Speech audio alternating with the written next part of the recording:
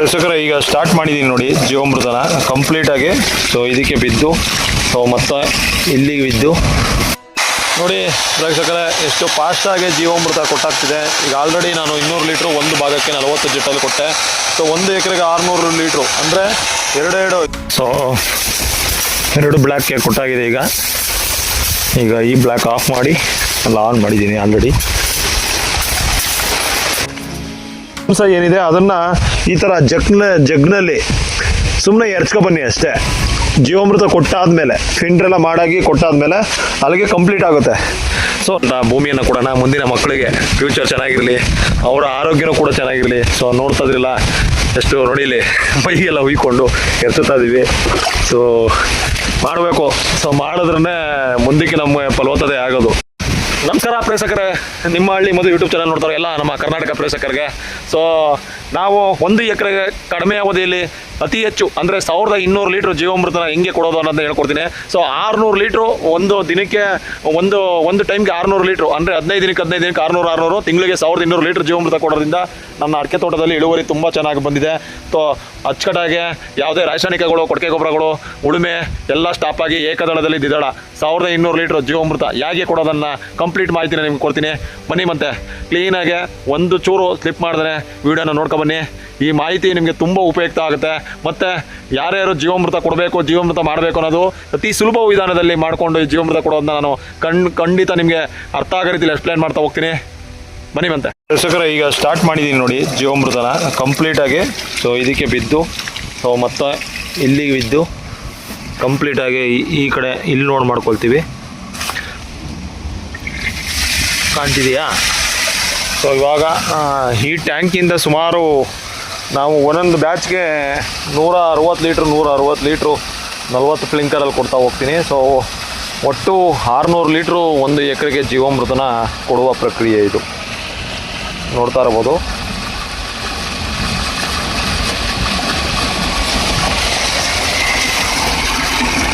ಇಲ್ಲಿ ತುಂಬಿಕೊಡುತ್ತೆ ಎಲ್ಲ.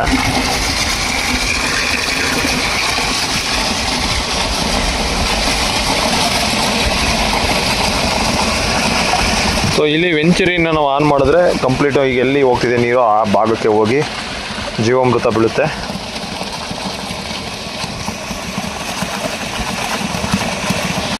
ನೋಡಿ ಪ್ರೇಕ್ಷಕರೇ, ಎಷ್ಟು ಫಾಸ್ಟಾಗಿ ಜೀವಾಮೃತ ಕೊಟ್ಟಾಗ್ತಿದೆ. ಈಗ ಆಲ್ರೆಡಿ ನಾನು 200 ಲೀಟ್ರು ಒಂದು ಭಾಗಕ್ಕೆ 40 ಜೆಟ್ಟಲ್ಲಿ ಕೊಟ್ಟೆ. ಸೊ 1 ಎಕರೆಗೆ 600 ಲೀಟ್ರು ಅಂದರೆ ಎರಡು ಇದರಲ್ಲಿ ಅಳತೆ ಮಾಡ್ಕೊಂಡಿದ್ದೀವಿ. ಈ ಭಾಗದಲ್ಲೇ ಅಳತೆ ಮಾಡ್ಕೊಂಡಿದ್ದೀವಿ. ಸೊ ಇದರಿಂದ ಅಳತೆ ಮಾಡಿರೋದನ್ನ ಎರಡು ಕೊಟ್ಟು ಸೊ 1 ಎಕರೆಗೆ 600 ಲೀಟ್ರ್ ಜೀವಾಮೃತ ಕೇವಲ ಅರ್ಧ ಗಂಟೆ 3/4 ಗಂಟೆ ಒಳಗಡೆ ಕೊಟ್ಟಾಗುತ್ತೆ. ಇಷ್ಟು ಫಾಸ್ಟಾಗಿ ಜೀವಾಮೃತವನ್ನು ಇದು ನೋಡಿ ಫಿಲ್ಟ್ರು ಇಲ್ಲೇ ನಾವು ನೆನ್ನೆಗೆ ಸ್ಟಾಪ್ ಮಾಡಿದ್ದು ತಿರುಗದಾಗ ಅಷ್ಟೆಲ್ಲ ಕೆಳಗಡೆ ನಿಂತಿತ್ತು.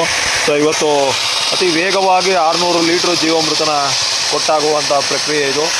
ಸೊ ಎಲ್ಲರೂ ಭೂಮಿನ ಫಲವತ್ತತೆ ಮಾಡಬೇಕಂದ್ರೆ ಹೊರಗಡೆಯಿಂದ ಕೊಟ್ಟಿಗೆ ಗೊಬ್ಬರಗಳಾಗಲಿ, ರಾಸಾಯನಿಕಗಳಾಗಲಿ, ಉಳುಮೆ ಆಗಲಿ, ವೇಸ್ಟಿಕ್ ಅದು ಯಾವ ಎಲ್ಲ ಆ ಸಾಯಿಲು ಈ ಸಾಯಿಲು ಇವೆಲ್ಲ ನಿಂತೋಗ್ಬೇಕು ಅಂದರೆ ನೋಡಿ ಜೀವಾಮೃತನ ಅತಿ ಹೆಚ್ಚು ಕೊಡಬೇಕಾದ್ರೆ ಹೊದಿಕೆಗಳಿರಬೇಕು ಈ ಥರ. ಸೊ ಪದೇ ಹೇಳ್ತಾ ಇದ್ದೀನಿ. ಸೊ ಫಾಸ್ಟಾಗಿ ಜೀವಾಮೃತ ಈಗ ನೀರಲ್ಲಿ ಬೋರ್ ನೀರಲ್ಲೇ ಮಿಕ್ಸ್ ಆಗಿ ಸೊ ಇಡೀ ನನ್ನ ತೋಟಕ್ಕೆ ಜೀವಾಮೃತ ಹೋಗ್ತಿದೆ. ಇದೆಲ್ಲ ನಾವು ಹಾಕ್ಸ್ತೋ ಬಟ್ ಇದು ಏನು ಯೂಸ್ ಆಗ್ತಿಲ್ಲ. ಇದಕ್ಕಿಂತ ಏನು ಬೇಕಾಗಿಲ್ಲ ಇದು. ಸೊ ನನ್ನ ಕೇಳೋದಾದರೆ ಇದು ಬೇಕಾಗಿಲ್ಲ ಜೀವಾಮೃತ ಕೊಡೋಕ್ಕೆ. ಏನಾದರೂ ಒಂದು ಬೈ ಚಾನ್ಸ್ ನಿಮ್ಮ ಬೋರ್ನಲ್ಲಿ ನುಜ್ಗಲ್ಲು ಅಂತ ಬರುತ್ತೆ, ಸಣ್ಣ ಕಲ್ಲುಗಳು, ಆ ಥರ ಏನಾದ್ರು ಮರಳು ಬರ್ತಿದ್ರೆ ಇದು ಬೇಕಾಗುತ್ತೆ. ನಮ್ಮ ಬೋರಲ್ಲಿ ಸದ್ಯಕ್ಕೆ ಬರ್ತಾಯಿಲ್ಲ ಅದು. ಸೊ ನೀಟಾಗಿ ಕೊಡ್ತಾಯಿದ್ದೀವಿ ಜೀವಾಮೃತನ. ಸೊ 600 ಲೀಟ್ರು 1 ಎಕರೆಗೆ ತಿಂಗಳಿಗೆ 2 ಬಾರಿ 1200 ಲೀಟ್ರ್ ಕೊಡೋದ್ರಿಂದ ತುಂಬ ಅದ್ಭುತವಾಗಿ ನಮ್ಮ ತೋಟದಲ್ಲಿ ಇಳುವರಿ ಬರ್ತಿದೆ. ನೋಡ್ತಾ ಇರ್ಬೋದು ನೀವು. ತುಂಬ ಚೆನ್ನಾಗಿ ಈಗ ಹೊಸದಾಗಿ ಎಲ್ಲ ಕಡಿತಾ ಇರೋಂಥ ಇವು ಹೋದ ವರ್ಷದಿಂದ ಸ್ಟಾರ್ಟ್ ಆಗಿದೆ ಬರೋಕ್ಕೆ.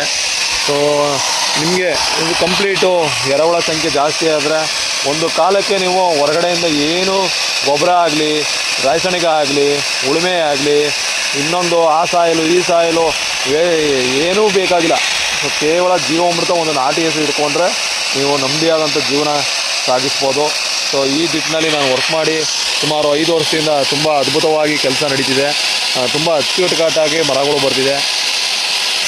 ಸೊ ನಾನು ಮೊದಲನೇದು ವಾಲ್ನ ಈ ರೀತಿ ಮಾಡ್ಕೊಂಡಿದ್ದೀನಿ. ಸೊ ಈ ವಾಲ್ ತಿರುಗಿಸಿದ್ರೆ ಮುಗೀತು. ಸೊ ಒಂದು ಬ್ಯಾಚು 40 ಜೆಟ್ಟು ಮೈಕ್ರೋ ಜೆಟ್ಗಳು ಹೊಡಿತದೆ ಈ ಥರ ಜೆಟ್ಗಳು. ಇದೆಲ್ಲ ಹೆಗ್ಡೆ ಕಂಪ್ನಿದು, ತುಂಬ ಸ್ಟ್ರಾಂಗ್ ಆಗಿದೆ. ಸೊ ಇದು 40 ಜೆಟ್ಟು ಇದರಲ್ಲಿ ನಾನು ಕೊಡೋಂಥದ್ದು. ಒಂದು ಸಲಿಗೆ 40 ಜೆಟ್ಟು ಒಂದು ಬ್ಲ್ಯಾಕಲ್ಲಿ ಹೊಡಿತದೆ. ಸೊ ನಾವು ಈ ರೀತಿ 1200 ಲೀಟ್ರು ಜೀವಾಮೃತ ಕೊಡೋದ್ರಿಂದ ಚೆನ್ನಾಗಿ ಉಂಬಾಳೆ ಬಿಡೋದಾಗಲಿ, ಹಚ್ಚ ಹಸಿರಾಗಿ ಯಾವುದೇ ಕಾಳುಗಳು ಹಾಕಿದ್ರು ತುಂಬ ಚೆನ್ನಾಗಿ ಬರ್ತೈತೆ. ಸೊ ನೀವು ನಾನು ಹೇಳೋದೇನೆಂದರೆ, ಹೊರಗಡೆಯಿಂದ ಕೊಟ್ಟಿಗೆ ಗೊಬ್ಬರಗಳಲ್ಲಿ ರಾಸಾಯನಿಕ ಆಗಲಿ, ಮತ್ತೊಂದು ಆ ಸಾಯಲು ಈ ಸಾಯಲು ಮತ್ತು ವರ್ಮಿ ಕಂಪೋಸ್ ಅಂತೆ ಇದಂತೆ ಅದಂತೆ ಅಂತ ಎಲ್ಲ ಕಮ್ಮಿ ಮಾಡಬೇಕು ಅಂದರೆ, ಹೊರಗಡೆಯಿಂದ ಕಂಪ್ಲೀಟ್ ಸ್ಟಾಪ್ ಆಗಬೇಕು ಅಂದರೆ ಅತಿ ಹೆಚ್ಚು ಜೀವಾಮೃತವನ್ನು ಕೊಡ್ಕೊಬರೋಕ್ಕಿಂತ ಜೊತೆಗೆ ಏಕದಳದಲ್ಲಿ ದ್ವಿದಳ ಅನ್ನೋ ಕಾನ್ಸೆಪ್ಟಲ್ಲಿ ವರ್ಕ್ ಮಾಡಬೇಕು. ಸೊ ಇದನ್ನು ನೋಡ್ತಾ ಇರ್ಬೋದು, ಹಚ್ಚ ಹಸಿರಾಗಿದೆ ಎಲ್ಲ ಕಡೆನೂ. ಸೊ ನಾವು ಇದೇ ರೀತಿ ಮಾಡ್ಕೊಬರ್ತಾ ಇರೋದು, ತುಂಬ ಚೆನ್ನಾಗಿ ಬರ್ತಿದೆ ತೋಟ. ಇಲ್ಲಿ ನೋಡ್ತಾ ಇರ್ಬೋದು, ನಾವು ರೋಡ್ ಮಾಡ್ಕೊಂಡಿದ್ದೀವಿ ಮಧ್ಯದಲ್ಲಿ ಓಡಾಡೋಕ್ಕೆ ಅಂತಲೇ. ಸೊ ಅಲ್ಲಿ ಈಗ 40 ಜೆಟ್ಟು ಆನ್ ಮಾಡಿದ್ದೀನಿ. ಎಲ್ಲ ಹಚ್ಚ ಹಸಿರಾಗಿ ನೀಟಾಗೆ ಬರ್ತಾಯಿದೆ ತೋಟ. ಸೊ ಯಾವುದೇ ರೀತಿ ಇಲ್ಲಿ ಉಳುಮೆ ಇಲ್ಲ, ಕೊಟ್ಟಿಗೆ ಗೊಬ್ಬರಗಳು ಹಾಕೋದಾಗಲಿ, ರಾಸಾಯನಿಕಗಳು ತರೋದಾಗಲಿ, ಮತ್ತೊಂದು ಏನೂ ಇಲ್ಲದೆ ಇಲ್ಲೇ ನಮ್ಮ ತೋಟದಲ್ಲೇ 1 ಎಕರೆ ತೋಟಕ್ಕೆ ಇಲ್ಲೇ ನಾವು ಗೊಬ್ಬರನ ತಯಾರು ಮಾಡ್ಕೊಳ್ತೀವಿ, ಹಸಿರೆಲೆ ಗೊಬ್ಬರನ. ಸೊ ಅದ್ರ ಜೊತೆಗೆ ಜೀವಾಮೃತವನ್ನು ಕೊಡ್ತೀವಿ. ಜೀವಾಮೃತ ಒಂದು ಗೊಬ್ಬರ ಅಲ್ಲ, ಸೂಕ್ಷ್ಮಜೀವಿಗಳ ಭಂಡಾರ. ಸೊ ಇದನ್ನು ನಾವು ಕೊಡೋದ್ರಿಂದ ನಮ್ಮ ತೋಟಕ್ಕೆ ಎರೆಹುಳ ಸಂಖ್ಯೆ ಜಾಸ್ತಿಯಾಗಿ, ನಾವೇನು ಈ ತ್ಯಾಜ್ಯ ಬೀಳುತ್ತೆ ಇಲ್ಲಿ ತೋಟದೊಳಗಡೆ, ಈ ತ್ಯಾಜ್ಯನ ಅದೇ ಕಾಂಪೋಸ್ ಮಾಡಿ ಬೆಳೆಗಳಿಗೆ ಮೂಲ ಗೊಬ್ಬರವಾಗಿ ಒದಗಿಸುವ ಒಂದು ಪ್ರಕ್ರಿಯೆ ನಡೀತದೆ. ಸೊ ತುಂಬ ಚೆನ್ನಾಗಿ ಹಚ್ಚ ಹಸಿರಾಗಿ ಬರ್ತಿದೆ. ಸೊ ನೋಡ್ತಾ ಇರ್ಬೋದು ನೀವೆಲ್ಲ, ಯಾವುದೇ ಹಣ್ಣುಗಳಾಗಲಿ ಎಲ್ಲ ರೀತಿ ಚೆನ್ನಾಗೇ ಬರ್ತಿದೆ. ಸೊ ದಯವಿಟ್ಟು ನಾನು ಹೇಳೋದು ಅರ್ಥ ಮಾಡ್ಕೊಳ್ಳಿ.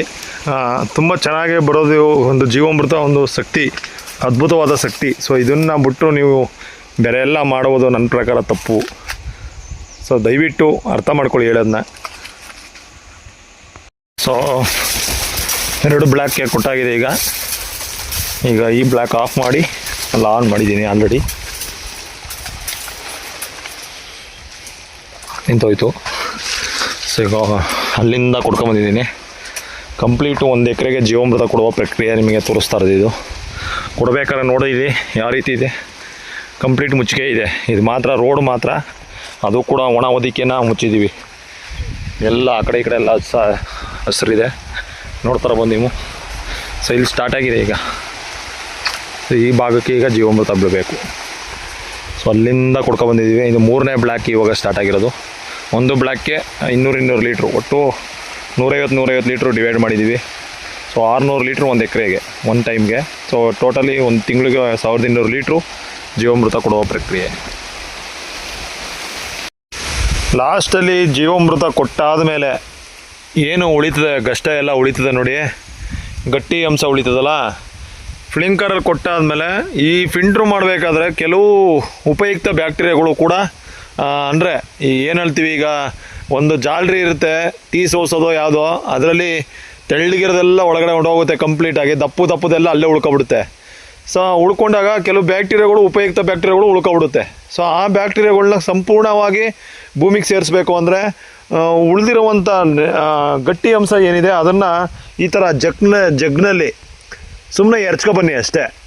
ಜೀವಾಮೃತ ಕೊಟ್ಟಾದಮೇಲೆ, ಫಿಲ್ಟ್ರೆಲ್ಲ ಮಾಡಾಗಿ ಕೊಟ್ಟಾದಮೇಲೆ ಅಲ್ಲಿಗೆ ಕಂಪ್ಲೀಟ್ ಆಗುತ್ತೆ. ಸೊ ನಾವು ಅದನ್ನೇ ಮಾಡ್ತಾ ಇರೋದು. ಸ್ವಲ್ಪ ರಿಸ್ಕ್ ಆಗುತ್ತೆ, ಕಷ್ಟಪಡಬೇಕು. ಕಷ್ಟಪಟ್ರೇ ನಾವು ಏನು ಬೇರೆಯವ್ರಿಗೆ ಕಷ್ಟಪಡೋಲ್ಲ, ನಿಮ್ಮ ಜಮೀನಿಗೆ ಫಲವತ್ತತೆ ಮಾಡೋಕ್ಕೆ ಕಷ್ಟಪಡ್ತೀರ. ಆರೋಗ್ಯ ಚೆನ್ನಾಗಿರೋಕ್ಕೆ ಕಷ್ಟಪಟ್ಟಷ್ಟು ಆರೋಗ್ಯ ಚೆನ್ನಾಗಿರ್ತದೆ. ಸೊ ಈ ರೀತಿ ಜಗ್ನಲ್ಲಿ ಮಕ್ಕೊಂಡು ಹಿಂಗೆ ಎರ್ಚ್ಬಿಡೋದು ಅಷ್ಟೇ. ಮಳೆ ಆಗಿರ್ತದೆ, ತುಂತುರು, ನಾವು ಸ್ಪ್ರಿಂಕ್ಲರಲ್ಲಿ ನೀರು ಹೊಡೆದಿರೋದ್ರಿಂದ ಸೊ ಇವಾಗ ಹಿಂಗೆ ಎರ್ಚ್ತಾ ಇದ್ದೀನಿ. ಮಳೆನೂ ಆಗುತ್ತೆ ಈಗ. ಸೊ ಒಂದೊಂದು ಸೈಡ್ ಟಬ್ಬು ಹಿಂಗೆ ಎರ್ಚ್ಬಿಟ್ರೆ ಸಾಕು, ಅಲ್ಲಿಗೆ ಕಂಪ್ಲೀಟು ಎಲ್ಲ ಅಂಶನೂ ಭೂಮಿಗೆ ಸೇರ್ಕೊಂಡಂಗೆ ಆಯಿತು. ಸೊ ನೋಡ್ತಾ ಇರ್ಬೋದು ನಾವು ಎರ್ಚ್ತಾ ಇರೋದನ್ನ. ಇಷ್ಟೆಲ್ಲ ಕಷ್ಟಪಟ್ಟು ಮಾಹಿತಿ ಕೊಡ್ತೀವಿ. ಸ್ವಲ್ಪ ಸಬ್ಸ್ಕ್ರೈಬ್ ಮಾಡ್ರಪ್ಪ, ಸಪೋರ್ಟ್ ಮಾಡಿ. ಹೆಚ್ಚು ಜನಕ್ಕೆ ಈ ವಿಡಿಯೋಗಳಲ್ಲಿ ಶೇರ್ ಮಾಡಿ. ಯಾಕಂದರೆ ನಾವು ಹೇಳೋದೇ ಒಂದು, ಮಾಡೋದು ಒಂದು ಆಗಬಾರ್ದು. ನೈಜತೆಯನ್ನು, ಸತ್ಯತೆಯನ್ನು ತಿಳಿಸೋಣ. ಸೊ ಗೋಮಾತೆಯನ್ನು ಉಳಿಸೋಣ, ಗೋಮಾತೆಯ ಶಕ್ತಿಯನ್ನು ಭಾರತ ದೇಶಕ್ಕೆ ಸಾರೋಣ. ಮುಂದಿನ ಪೀಳಿಗೆ ಅಂದರೆ ನಿಮ್ಮ ಮಕ್ಕಳಿಗೆ ಆರೋಗ್ಯವಂತವಾದಂಥ ಭೂಮಿಯನ್ನು ಕೊಡೋಣ. ಮುಂದಿನ ಮಕ್ಕಳಿಗೆ ಫ್ಯೂಚರ್ ಚೆನ್ನಾಗಿರಲಿ, ಅವರ ಆರೋಗ್ಯನೂ ಕೂಡ ಚೆನ್ನಾಗಿರಲಿ. ಸೊ ನೋಡ್ತಾ ಇದ್ರಲ್ಲ ಎಷ್ಟು ನೋಡಿಲಿ, ಮೈಗೆಲ್ಲ ಹುಯ್ಕೊಂಡು ಎರ್ಚುತ್ತಾ ಇದ್ದೀವಿ. ಸೊ ಮಾಡಬೇಕು. ಸೊ ಮಾಡಿದ್ರೇ ಮುಂದಕ್ಕೆ ನಮ್ಮ ಫಲವತ್ತತೆ ಆಗೋದು. ನೋಡ್ತೀರಲ್ಲ ಯೂಟ್ಯೂಬ್ಗೆ ಮಾಡೋಗೊಂಡು ಏನು ಆರಾಮಾಗಿ ಅವ್ರು ಇವರು ಜೀವಾಮೃತ ಗಿರ್ತಲ್ಲ ಅಂತಿರಲ್ಲ, 1200 ಲೀಟ್ರ್ ತಿಂಗಳು ಕೊಡೋದು. ಸೊ ಅದಕ್ಕೆ ನಾವು ಸವಾಲು ಹಾಕೋದು ಮತ್ತು ಚಾಲೆಂಜ್ ಮಾಡೋದು, ಬನ್ನಿ ನಮ್ಮ ಭೂಮಿಲಿ ಯಾರು ಬೇಕಾದರೂ ಬಂದು ಪರೀಕ್ಷೆ ಮಾಡಿ ಅಂತ ಹಂಗೆ ಮಾತಾಡೋದು. ನಾನು ಕಷ್ಟಪಡ್ತಾಯಿದ್ದೀವಿ ನೋಡಿ, ಇಲ್ಲಿ ಮೈಗೆಲ್ಲ ಎರಚ್ಕೊಂಡು ಫ್ಲಿಂಕರಲ್ಲೆಲ್ಲ ಇದು ಮಾಡಿಕೊಂಡು ತುಂಬ ಕಷ್ಟಪಟ್ಟು ನಿಮಗೆಲ್ಲ ಮಾಹಿತಿ ಕೊಡ್ತಾಯಿದ್ದೀವಿ. ಹಂಗೆ ಒಂದು ಸ್ವಲ್ಪ ಸಪೋರ್ಟ್ ಮಾಡಿ, ಸಬ್ಸ್ಕ್ರೈಬ್ ಮಾಡಿ ಅಂತ ಹೇಳ್ತಾ 2 ಮಾತು ಮುಗಿಸ್ತೀನಿ. ಜೈ ಗೋಮಾತೆ, ಜೈ ಸುಭಾಷ್ ಪಾಲೇಕರ್.